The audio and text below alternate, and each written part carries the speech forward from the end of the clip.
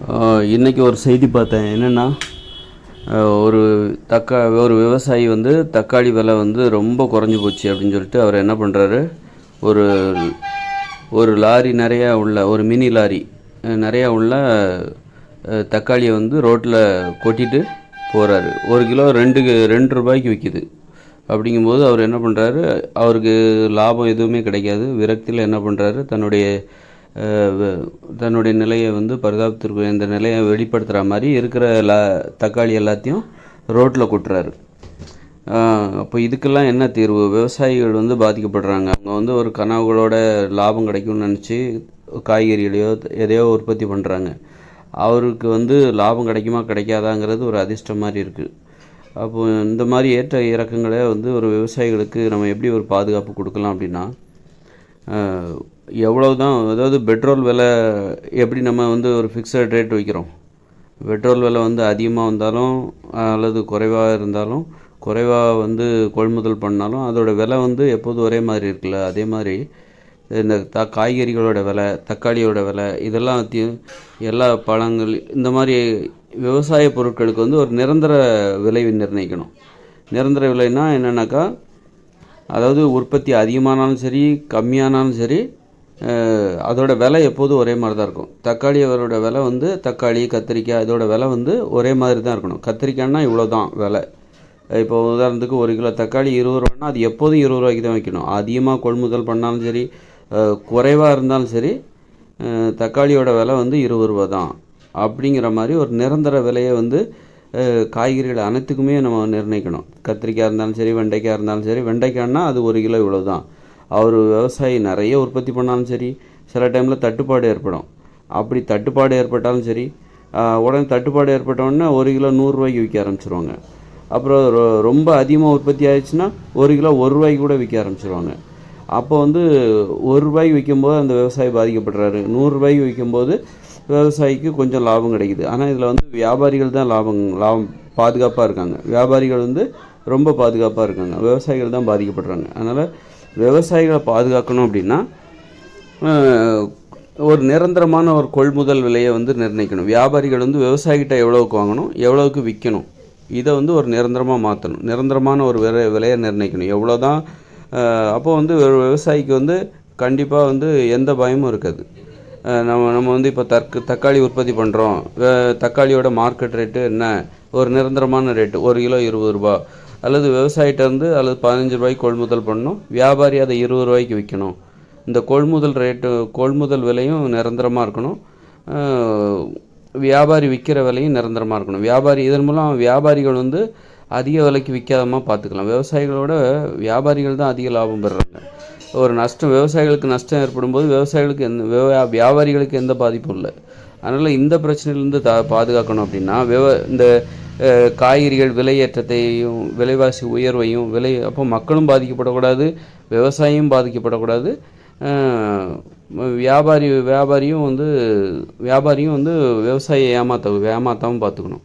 அப்படின்னா என்ன பண்ணணும் அப்படின்னா, ஒரு நிரந்தர விலை. கத்திரிக்காய்னா அது இவ்வளோ தான். நீ அதிகமாக உற்பத்தி பண்ணாலும் சரி, குறைவாக உற்பத்தி பண்ணாலும் சரி, விவசாயிட்ட நீ இவ்வளோக்கு தான் கொள்முதல் வாங்கணும், அதை இவ்வளோக்கு தான் நீ விற்கணும். அப்படிங்கிற மாதிரி ஒரு நிரந்தர விலை. நீ அதிகமாக இப்போ 2 ரூபாய்க்கு விற்கிதுன்னா அப்போ அந்த அளவுக்கு உற்பத்தி அதிகமாகுது. உற்பத்தி அதிகமானாலும் சரி, நீ வந்து 2 ரூபாய்க்கு விற்கிற தக்காளியை நீ உற்பத்தி அதிகமானாலும் சரி 20 ரூபா கொடுத்து தான் மக்கள் வாங்கணும். அந்த மாதிரி ஒரு நிரந்தரமான விலையை வந்து நம்ம நிர்ணயிக்கணும். எவ்வளோ தான் சரி வீணாக போகுது, 20 ரூபாய்க்கு விற்கும்போது நிறைய விற்காமல் போகுது, பரவாயில்ல, விற்காமல் போனால் கூட பரவாயில்ல. விவசாயிகளுக்கு வந்து விற்கிற அந்த காய்கறிகள்லையாவது அவங்களுக்கு ஒரு லாபம் கிடைக்கணும். அப்படிங்கிற மாதிரி நிறைய உற்பத்தி பண்ணி அதை 2 ரூபாய்க்கு விற்கிறத விட நிறைய உற்பத்தி பண்ணாலும் குறைவாக உற்பத்தி பண்ணாலும் விலை என்பது ஒன்றா தான் இருக்கணும். எப்போதும் ஒரே மாதிரி தான் இருக்கணும். விவசாயி வந்து பாதிக்கப்படக்கூடாது. அப்படிங்கிறதுல இந்த மாதிரியான ஒரு திட்டத்தை நடைமுறைப்படுத்தணும்னு வச்சுக்கோங்களேன். கண்டிப்பாக விலைவாசி ஏற்ற இறக்கத்தால் மக்களும் பாதிக்கப்பட மாட்டாங்க, விவசாயிகளும் பாதிக்கப்பட மாட்டாங்க. எப்போவும் ஒரே மாதிரி இருக்கும். நம்பிக்கையோடு அவங்க விவசாயம் பண்ணலாம். அவங்க கணக்கு போடலாம். நம்மக்கிட்ட வந்து இப்போ ஒரு 1000 கிலோ உற்பத்தி பண்ண போகிறோம் அப்படின்னா அது கொள்முதல் விலை. வியாபாரி வந்து விவசாயிகிட்ட எடுத்துக்கிற ரேட் வந்து 1 கிலோ வந்து 15 ரூபா அல்லது 20 ரூபான்னு வச்சுக்கோங்களேன். அது எப்போதும் ஒரே மாதிரி தான். அப்போ வந்து விவசாயி வந்து நம்ம 1000 கிலோ உற்பத்தி பண்ணால் 1000 இன்ட்டு இப்போ 20 ரூபாய்க்கு வியாபாரி வந்து விவசாயிட்ட வந்து 20 ரூபாய்க்கு வாங்கணும் 1 கிலோ.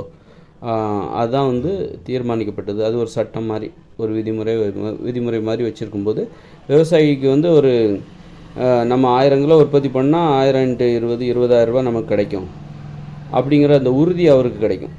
ஒரு உறுதியான ஒரு மனப்பான்மை. இப்போ மக்கள் வந்து கடைக்கு போகிறாங்களா, இன்றைக்கி வந்து விலை கூடி இருக்கா குறைஞ்சிருக்கா, 2 ரூபாய்க்கு விற்கும்போது மக்கள் சந்தோஷப்படுவாங்க.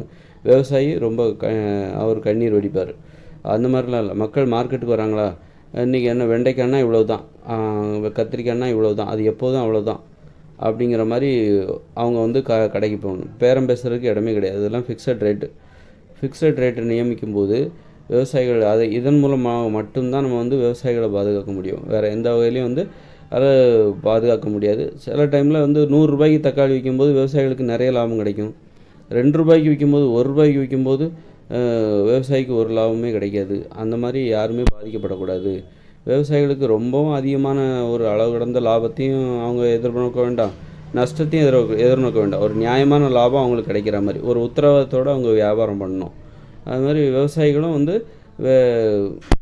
விவசாயிகிட்டேருந்து கொஞ்சம் விலைக்கு வாங்கி அதிக விலைக்கு விற்கிறது, இந்த மாதிரி நடைமுறைகளையும் வியாபாரிகள்கிட்டருந்து நம்ம விவசாயியை பாதுகாக்க முடியும். மக்களுக்கும் வந்து இதில் எந்த பிரச்சனையும் இருக்காது. 100 ரூபா கொடுத்து இப்போ ரொம்ப தட்டுப்பாடாக இருக்குது. 1 கிலோ தக்காளி 100 ரூபான்னா கூட 100 ரூபா ரேஞ்சுக்கு விற்றா மக்கள் வாங்குவாங்க அப்படிங்கிற ஒரு நிலை இருந்தால் கூட 20 ரூபாய்க்கு தான் நீ விற்கணும். ஏன்னா அதான் ஃபிக்ஸட் ரேட்டு, ஒரு நிரந்தரமான விலை. அது வந்து இனிமேல் தக்காளி 1 ரூபா கூடுது, பெட்ரோல் விலையை எப்படி ஏற்றுறாங்க, நாளையிலேருந்து பெட்ரோல் வந்து 50 பைசா கூடுது அப்படிங்கிறாங்களோ அதே மாதிரி அந்த தக்காளி விலையை கூட அரசாங்கம் தான் தீர்மானிக்கணும். இந்த மாதிரி வந்து தனிநபர் அவங்கவுங்க விருப்பத்துக்கு தகுந்த மாதிரி பேரம் பேசி அந்த விலையை ஏற்றி இறக்குறது, அந்த விலையை வச்சு கூட இதன் மூலம் மட்டும்தான் வந்து நம்ம இந்த விலைவாசி உயர்வுனால மக்களும் பாதிக்கப்பட மாட்டாங்க. விலைவாசி ரொம்ப மோசமாக போகும்போது மலிவான விலைக்கு காய்கறிகள் விற்கக்கூடிய அளவுக்கு உற்பத்தி அதிகமாகும் போது விவசாயிகளும் பாதிக்கப்பட மாட்டாங்க. இது ஒரு நல்ல திட்டமாக இருந்து இதை நடைமுறைப்படுத்தினாங்கன்னா கண்டிப்பாக வந்து விவசாயிகள் பாதிக்கப்பட மாட்டாங்க, மக்களும் பாதிக்கப்பட மாட்டாங்க. வியாபாரிகளும் வந்து இடைத்தரகர்களாக இருந்து கொள்ளை லாபம் அடிப்பதற்கு அது வாய்ப்பும் இல்லாமல் போயிடும். சில நேரங்களில் வந்து சில காய்கறிகளோட விலை உற்பத்தி ரொம்ப அதிகமாகுது. சில காய்கறிகள் வந்து உற்பத்தி அதிகமாகுது. அதாவது 2 ரூபாய்க்கு விற்கிற அளவுக்கு தக்காளி 1 கிலோ 2 ரூபா, 1 ரூபாய்க்கு விற்கிற அளவுக்கு உற்பத்தி அளவு கடந்து அதிகமாகிடுது. அப்படி தானே?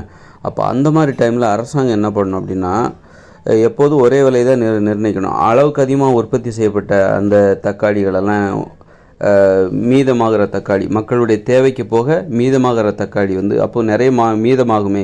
இப்போ 2 ரூபான்னா மக்கள் வந்து ஒரு 1 கிலோ வாங்குகிற இடத்துல 3 கிலோ கூட வாங்குவாங்க.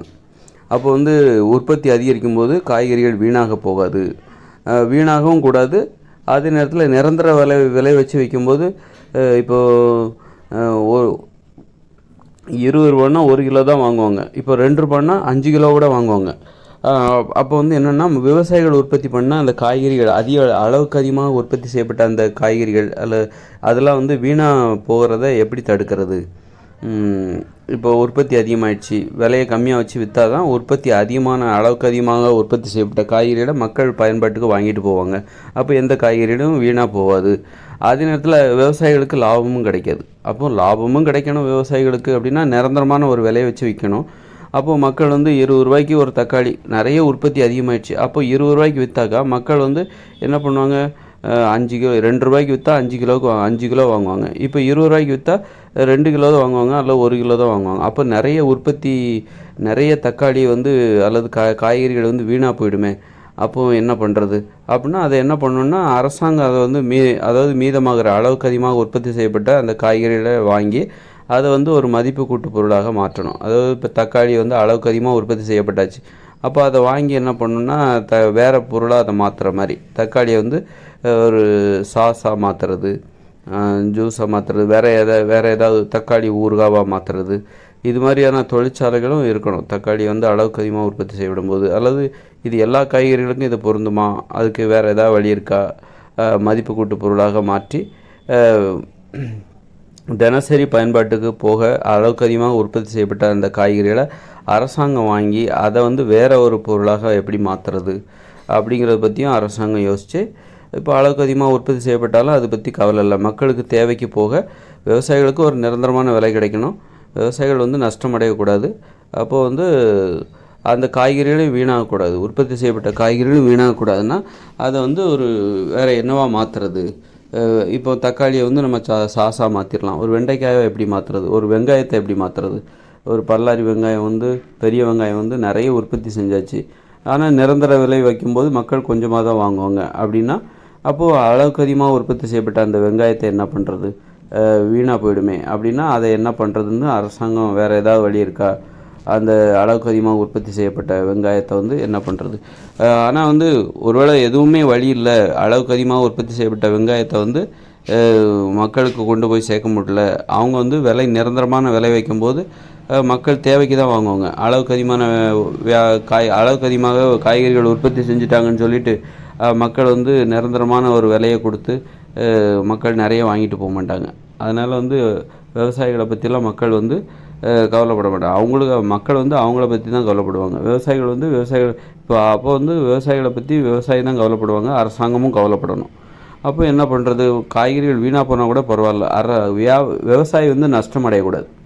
நீ வந்து நிறைய வழி இருக்குது மதிப்பு கூட்டு. அது வந்து இப்போ காய்கறிகள் வீணாக போதா அதை உரமாக மாற்றுங்க, வேறு என்ன. அதாவது வீணாக போகிறதுக்காக வீணாக போகிறத விட ஒரு உரமாக மாற்றிட்டு போகலாமே, அந்த மாதிரியாவது பண்ணணுமே தவிர என்றைக்குமே வந்து விவசாயி வந்து நஷ்டம் அடையக்கூடாது.